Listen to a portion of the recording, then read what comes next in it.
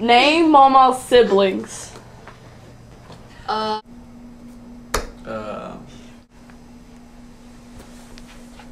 don't know. Oh, Lord. Oh, goodness.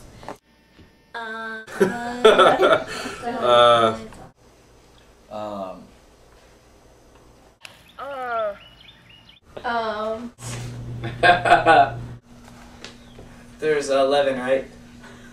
Oh, I love when Mama talks to us about her family. I always try and make her tell me all the details. I can name them in order. Oh.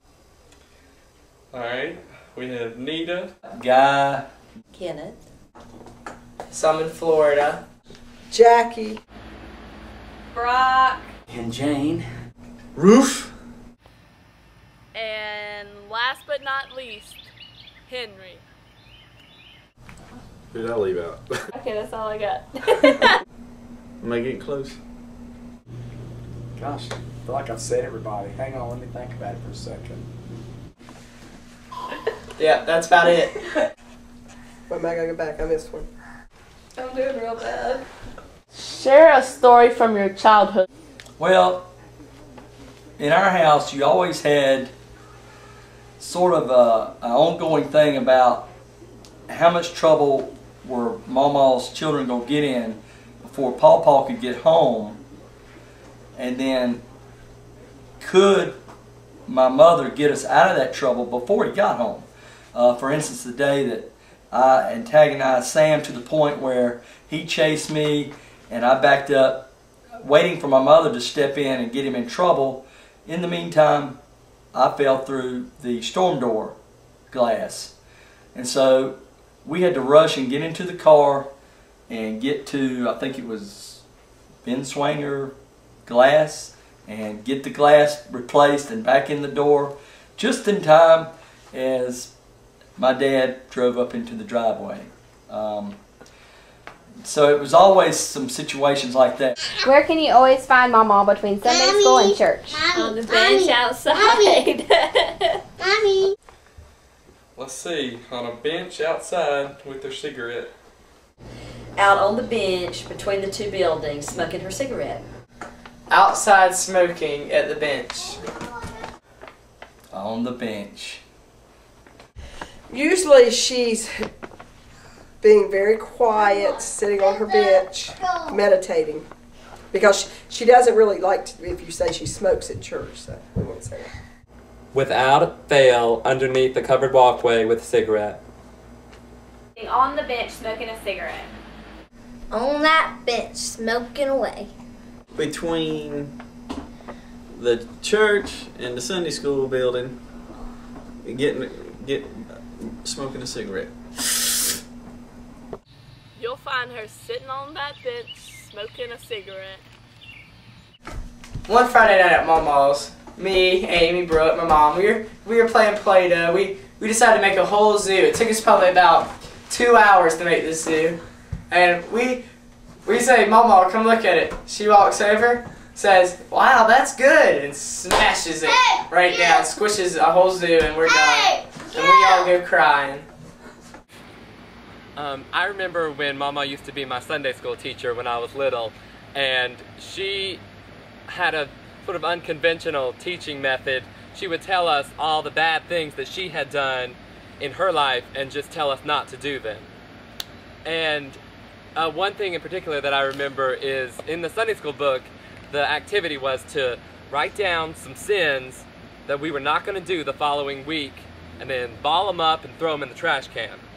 So she said, for example, I'm going to write down smoking and gossiping. All right, now everybody ball them up and now go throw them in the trash can. So we all went and threw our sins away, and we looked at Mama, and I believe Sammy Joe asked her, Mama, why aren't you throwing yours away? And she said, oh, because I want to do mine.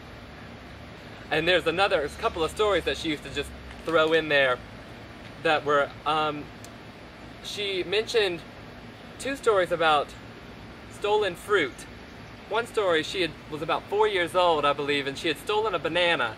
And she was running back home, and she ran into this man that had on a red bandana, and she just knew he was the devil.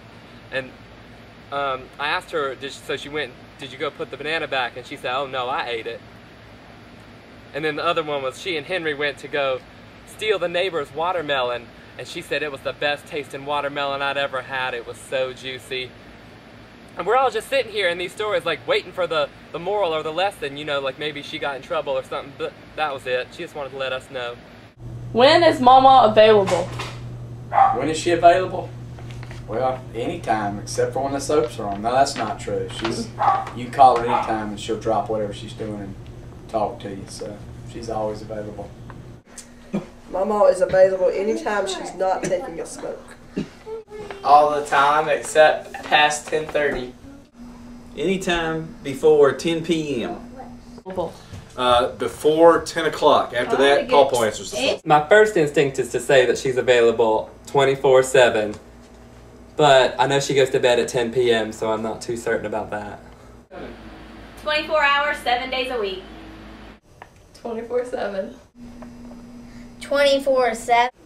24/7. Anytime I need her. Always. When I was growing up and I had birthday parties, if it was around a Redskins football game, Maw-Maw was known to show up with a pig nose on. And with Dad's family there, they weren't sure what to think. One time, Maw-Maw was keeping me, Brooke, and Billy in the nursery at church, and we decided that we were going to make a train out of all the little wooden chairs. And so we have them all lined up, but we needed one more. And we didn't realize that Maw-Maw was about to sit down. And so right before she sat down, we pulled the last chair out of her, and she sat down right on the ground. And so every picture day, my mom would always tell me before I left for school, she'd say, remember to smile and think of the funniest thing that's happened to you. And so I would always think of Maw-Maw falling out of that chair onto the ground.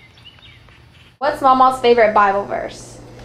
It's in Romans, and it's all things work together for good according to his purposes for those who love the Lord. All things work together for good for those that love the Lord and are called according to his purpose. That's her motto. Romans 8:28. All things work together for good to those who are called according to his purpose. All things work for good for those who love the Lord. Romans 8:28. That says, all things work together for good to those that love God and are called according to his purpose. The other story are the times at Camp New Hope, and we're singing around the campfire, and somebody's playing guitar or banjo, and Maw-Maw would decide to come out and do her little dance. You know, people would say, well, whose mom is that? I'd say, I have no idea, but she sure can't dance. But she would be doing her little thing. I don't know what she calls it. That's the Maw-Maw dance. So if anybody ever wonders how Maw-Maw dances, that's it right there. Just the hands up, little shake. So when I was in middle school, we were going down the elevator at Christmas time, and Maw-Maw began yodeling to Eddie Arnold cattle call song, as loud as she could, and the mall was packed. Another time we were at a wedding, and I think I was in middle school then too, and we were dressed real nice. It was Brock's daughter Kathy's wedding, and she was carrying her plate of food, and she ran smack into the glass door because she thought it was open. Your best impersonation of Maw-Maw? Where's the bread? Where is it? Oh, it's right in my hand. Okay, I'm done. Oh, he'll be okay. He can have all that cake in the living room. It's okay. Y'all better be careful out there. Those bees will hurt you.